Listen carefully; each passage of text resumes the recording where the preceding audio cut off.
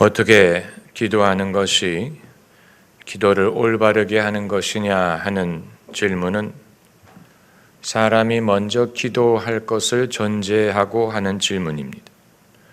기도를 하는 사람에게 어떻게 하는 것이 기도를 바르게 하느냐를 말할 수 있지, 기도를 하지도 않는 사람에게 그것을 말하는 것은 불필요하고 무의미한 것이 될 것입니다. 잘하는 기도는 어떤 기도냐? 잘한다 하는 말이 어폐가 있습니다. 유창한 기도가 잘하는 기도냐? 사람이 들어서 감동이 되는 것이 잘하는 기도냐? 아니에요. 하나님이 응답하시는 기도가 잘하는 기도입니다. 기도는 하나님 들으시라고 하는 말이기 때문에 하나님이 들어주시면 그것은 잘하는 기도입니다. 소위 기도빨이라는 것은 기도에 능력이 있다는 말인 것입니다. 우리가 기도가 응답되는 것을 경험을 해보면 기도에 보람을 느끼고 재미를 붙이게 될 것입니다. 사람이 외국어를 배울 때 아무리 배워도 그것이 귀에 들리지도 않고 입에 붙지도 않는다면 흥미를 잃어버리고 공부를 중단할 것이지만, 그게 아니고 공부를 하면서 외국어가 귀에 들리기 시작하고 실력이 느는 것을 느끼면 재미가 붙을 것입니다. 운동을 할 때도 해도 힘들기만 하고 별로 몸에 도움이 되는 것 같지도 않고 살을 뺄 수 있는 것 같지도 않고, 그러면 재미를 잃고 그만둘 것이지만, 그게 아니고 운동을 하면서 그것이 몸도 튼튼해지는 것 같고 체중도 주는 것 같으면 재미가 붙어서 더 열심히 하는 것처럼 기도도 마찬가지예요. 어떻게 하면 기도에 재미가 붙느냐? 하나님이 들으시는 것을 느끼면, 하나님이 함께 하시는 것을 느끼면, 기도할 때 하나님이 은혜 주시는 것을 느끼고 그 기도에 응답이 오는 것을 느끼면, 그러면 기도에 보람을 느끼고 재미가 나고 더 열심히 기도하게 될 것입니다. 반대로 기도를 하라고 해서 하기는 하는데 기도할 때 아무것도 마음에 와닿지 않고 감동이 되지 않고 누군가가 듣는 것처럼 느끼지 않는다면 그 사람은 기도를 지속하지 못할 것입니다. 그렇기 때문에 사람이 평소에 기도를 하지 않던 사람이 마음을 잡고 기도를 하게 되면 어떤 일이 일어나느냐? 신기하게도 그 기도가 응답이 되는 것을 경험합니다. 그 이유는 그렇게 해야 그 사람이 기도에 보람을 느끼게 될 것이기 때문입니다. 그런데 시간이 지나갈수록 처음에 느꼈던 그런 응답이 줄어드는 것 같은, 처음에는 기도가 응답이 잘 됐는데 세월이 지나가면서 그렇게 응답되는 것 같지 않는 느낌을 받게 됩니다. 그건 왜 그러느냐? 첫 끝발이 무슨 끝발이기 때문이냐? 그건 아니고 어느 정도 사람이 기도의 훈련을 받은 후에, 기도가 몸에 밴 후에 이제 바르게 기도하는 법을 주께서 우리에게 가르치시기를 원하기 때문입니다. 바르게 기도하는 법. 기도를 안 하는 사람에게는 바른 기도법을 가르칠 수 없기 때문에 일단 기도부터 하도록 한 후에 어느 정도 습관이 되면 그때부터는 바르게 기도하는 법을 가르치십니다. 오늘 본문에 마태복음 6장에 예수님은 바른 기도에 대하여 두 군데에서 말씀을 하십니다. 첫 번째는 6장 5절에 이방인처럼 중언부언하지 말라. 그 말은 한 말을 또 하고 되풀이하고 말을 많이 하는 식으로 기도하는 것을 말합니다. 여러분, 기도의 양으로 따진다면 갈멜산의 바알의 선지자들처럼 기도를 많이 하고 길게 한 사람이 없어요. 심지어 자기의 몸을 칼로 찔려가면서까지 기도를 했어요. 그러나 그 기도가 응답되지 않았습니다. 반대로 엘리야 선지자의 기도는 길지 않았어요. 짧게 기도한 것뿐인데 하나님이 즉시 응답하셨습니다. 우리는 양으로 승부하는 방법을 버려야 됩니다. 예수님이 개인적으로 기도하실 때는 밤이 맞도록 기도하시고 새벽에 기도하시고 기도를 많이 하셨지만 사람들 앞에서 기도하실 때는 예수님의 기도가 짧았다 하는 사실을 아십니까? 우리는 짧은 설교의 미덕을 배워야 되고 짧은 기도의 미덕을 배워야 됩니다. 양으로 승부하리라 하는 생각을 버려야 됩니다. 오죽하면 하나님께서 기도를 많이 하여 들으실 줄로 생각하지 말라고 말씀하셨겠습니까? 그리고 6장의 또 하나의 교훈이 오늘 본문이 이방인처럼 염려하여 무엇을 먹을까 무엇을 마실까 염려하면서 기도하지 말라. 이 모든 교훈은 기도를 하는 사람에게 말씀하신 거죠. 인간이 기도하는 존재라는 사실을 전제하시고 비록 이방인일지라도 신기한 것은 이방인의 그릇된 종교를 지적하지 않고 이방인의 그릇된 기도를 지적하셨다는 사실이 하나님께서 우리의 기도를 응답하시는 방법에는 세 가지가 있다고 하죠. Yes, No, 그리고 기다려라. 이 세 가지.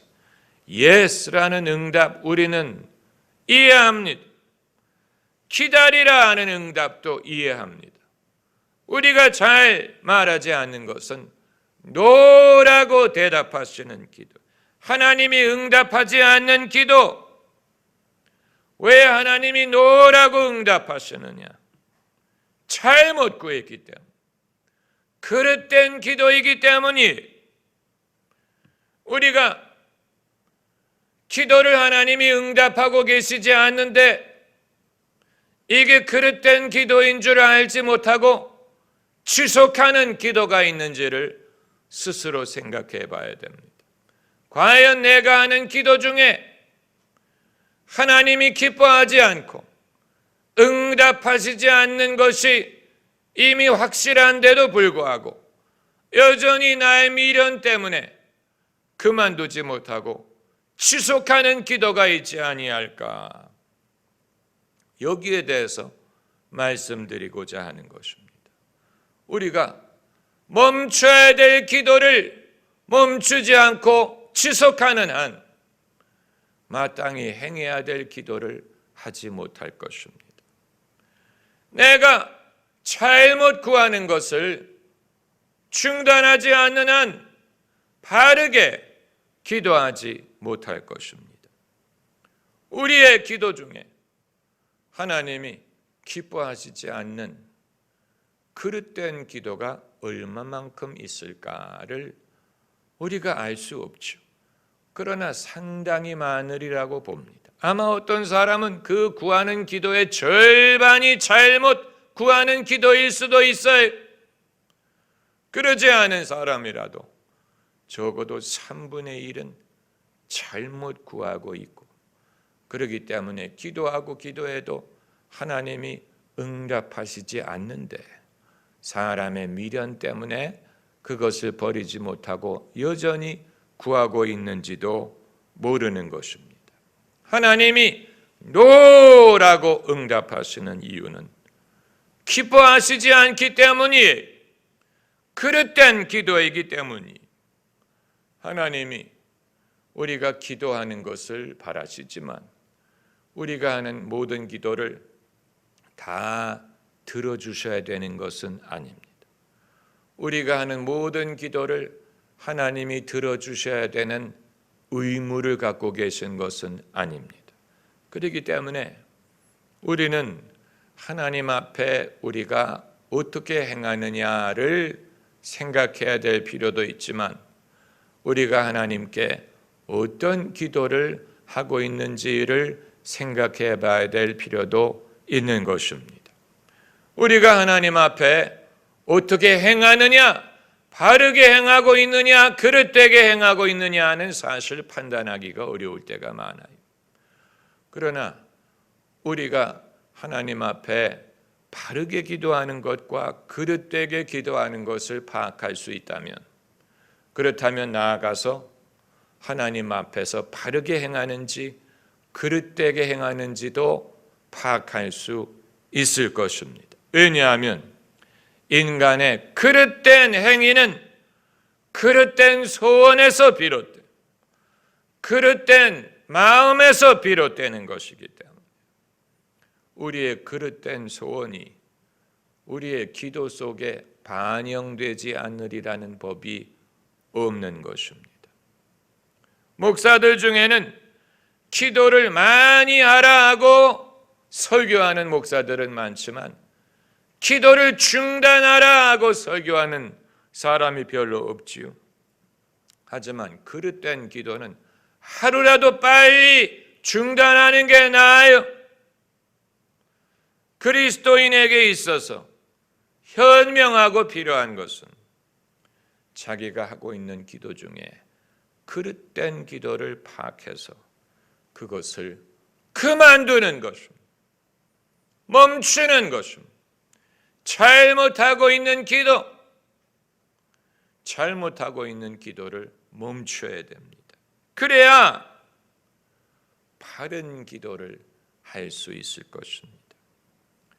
내가 잘못하고 있던 기도를 멈춰야 그동안에 막혀있던 하나님의 응답이 오기 시작할 것입니다. 아무리 열심히 기도를 해도, 아무리 길게 기도를 해도, 밤이 맞도록 기도를 하든 금식하며 기도를 하든 아무리 열정적으로 기도를 하더라도 잘못 구하는 기도는 하나님이 응답하시지 않습니다. 우리가 열심으로 승부할 수 없어요. 우리의 열심이 그릇된 기도를 대신할 수 없어요. 그릇된 기도를 하는데 열심을 낸다고 하나님이 그 기도를 들어주시는 것이 아닙니다. 그것은 정리하는 것이 낫습니다.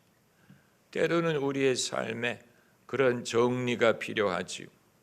집안도 정리를 하지 않습니까?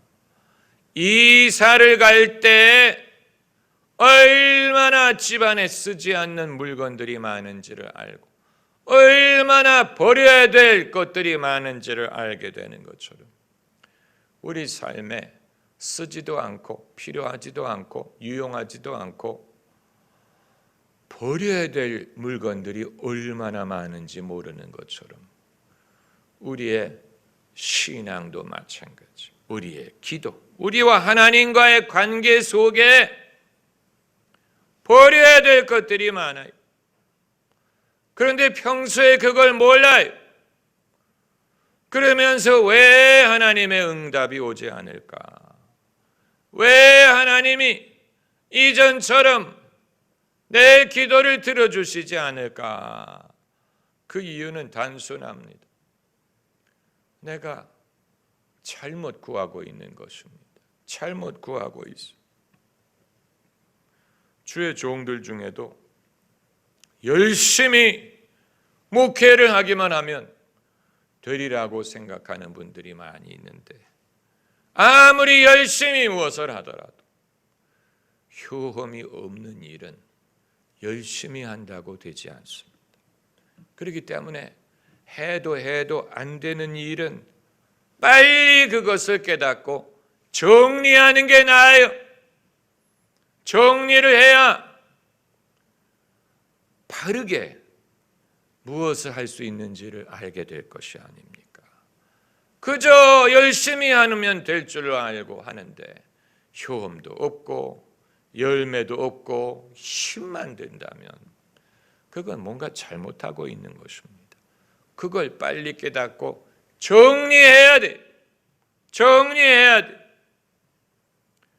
우리가 하고 있는 많은 일들 중에 우리는 열심히 하기만 하면, 부지런히 성실하게 하기만 하면 하나님이 봐주시리라고 생각을 하는데 예수님이 그런 식으로 가르치신 적이 없죠.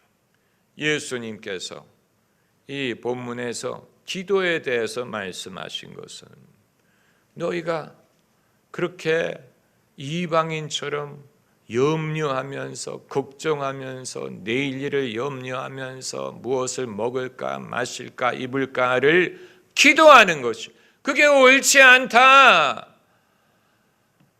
하나님이 그걸 기뻐하지 않으신다는 말씀을 하신 것입니다. 대한민국의 기독교인들이 그동안에 양으로 승부를 했다면, 그동안에 우리는 양으로 승부했어. 과거에 배고플 때는 음식의 양이 많아야 했어. 배고플 때는 음식의 양이 많기를 바랬어. 그러나 이제는 양으로 승부하지 않고 질로 승부하지 않습니까? 몸에 좋은 음식, 건강한 음식, 절제 않은 음식, 신앙도 마찬가지. 옛날에는 양으로 승부했어.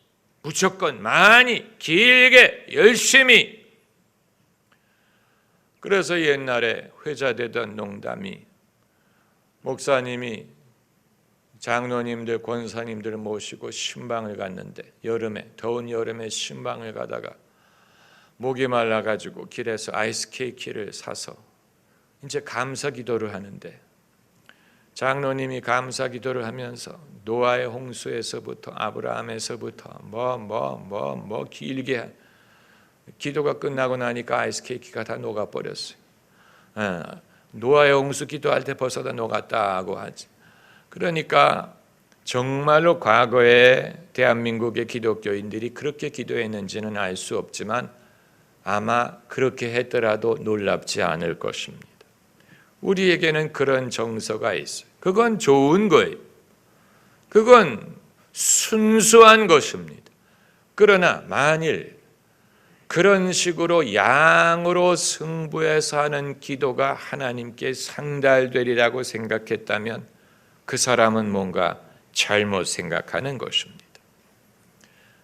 바알의 선지자들의 기도가 응답되지 않으니까 칼로 몸을 찔러가면서까지, 소위 고행의 원리가 거기에 나옵니다. 성경 어디에도 고행을 가르치는 구절이 없다는 사실을 아십니까? 사람이 일부러 고생을 하고 자기의 몸을 괴롭히고 그렇게 함으로 거룩해진다거나 하나님의 관심을 끈다는 그런 성경 구절은 없어요. 어디에서 사람들이 그것을 배웠는지 알 수 없지만 사람이 무엇을 금지하고 자기를 괴롭힌다고 해서 더 의로워지는 게 아니에요. 하나님이 응답하시는 기도는 엘리야의 기도. 엘리야가 길게 기도하지 않았어. 그러나 기도하기 이전부터 이미 응답되리라는 조짐이 보였죠. 사람들이 엘리야에게 나오기 시작했기 때문에, 그리고 무너졌던 제단을 수축했기 때문에. 여러분, 이 오늘 6장 7절에 이방인처럼 중언부언하지 말라. 저희는 말을 많이 하여야 들으실 줄로 생각하느니라. 저희를 본받지 말라.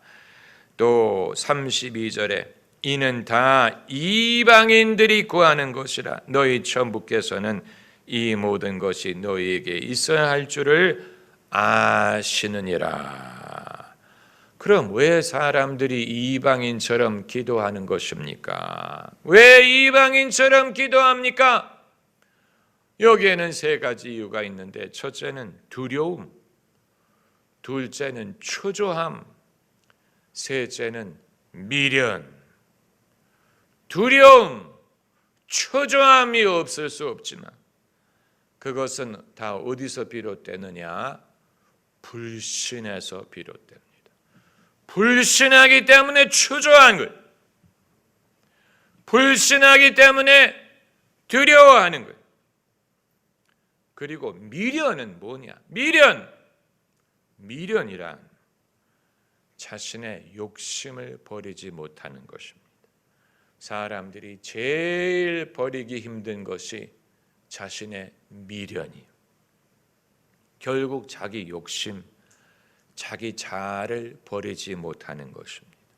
낱말을 할 필요 없어요. 우리 모두의 얘기에 우리가 먼저 하나님의 나라와 의를 구하기 위해서는 우리의 미련을 버려야 됩니다. 아마 어떤 분은 이렇게 물어보실 거예요. 사람이 어떤 욕심이라도 있기 때문에 기도를 할 수 있지. 아무 욕심도 없다면 기도도 안 할 것이 아니냐. 욕심이 있기 때문에 기도를 하는 것이 아니냐. 아주 좋은 질문이에요. 그러나 사람이 미련을 버리면 이전에 없었던 기도를 하기 시작합니다. 이전에 없었던 기도가 흘러나옵니다. 미련을 버리는 게 어려워서 그렇지. 미련을 버리면 하나님의 뜻이 깨달아지고 기도에 담대함이 생기고 그리고 기도가 응답되기 시작합니다. 그리고 마음이 편해집니다. 미련을 버리기가 어려워서 그렇지.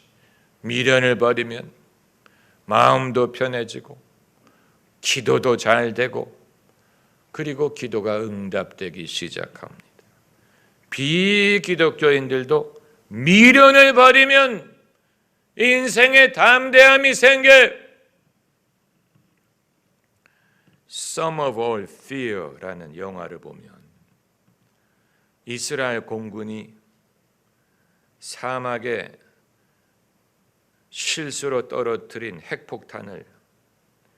핵폭탄인지 모르고 주워서 고철로 팔았던 아랍 청년이 그 핵폭탄의 방사능 때문에 백혈병이 걸려서 이제 누워 있습니다. 좀 황당무계한 얘기 같지만 그 핵폭탄의 행방을 찾는 정보원이 그 아랍 청년을 찾아갑니다. 누구에게 그것을 팔았는지를 묻기 위해서. 이제 그 아랍 청년이 누워서 떨리는 목소리로 묻습니다. 저는 이제 죽게 되는 것인가요? I'm dying, right? 저는 이제 죽게 되는 것인가요? 정보원이 그 청년을 쳐다보고 조용히 맞습니다. 이렇게 대답합니다. 그랬더니 그 아랍 청년이 처음에는 절망스러운 표정을 지었지만 금세 표정이 밝아져요. 자기가 죽을지 살지를 알지 못할 때는 두려웠어요. 그런데 이제 죽게 된다는 것을 알게 되니까 더 이상 두렵지가 않아요. 얼굴이 오히려 밝아지는 거예요. 그래서 정보원이 묻는 질문에 다 대답을 한다. 이런 이야기입니다. 말도 안 되는 설정이지만 인간의 심리를 절묘하게 표현했습니다. 사람이 두려워할 때는 자신이 없어요. 미련을 버리면 담대해져요. 인간의 미련이 발전을 가로막습니다. 신앙의 발전, 영혼의 성숙, 기도의 응답, 이걸 다 가로막아요. 미련을 버리는 것은 어려워요. 그러나 일단 버리면 마음이 편해지고 담대해지고 안 보이던 것이 보이기 시작하고 하나님의 응답을 경험하기 시작합니다. 그러므로 내일 일을 위하여 염려하지 말라. 내일 일은 내일 염려할 것이고 한날 괴로움은 그날에 족하다. 미련으로 하던 기도를 멈춰야 됩니다. 그릇된 기도를 멈추세요.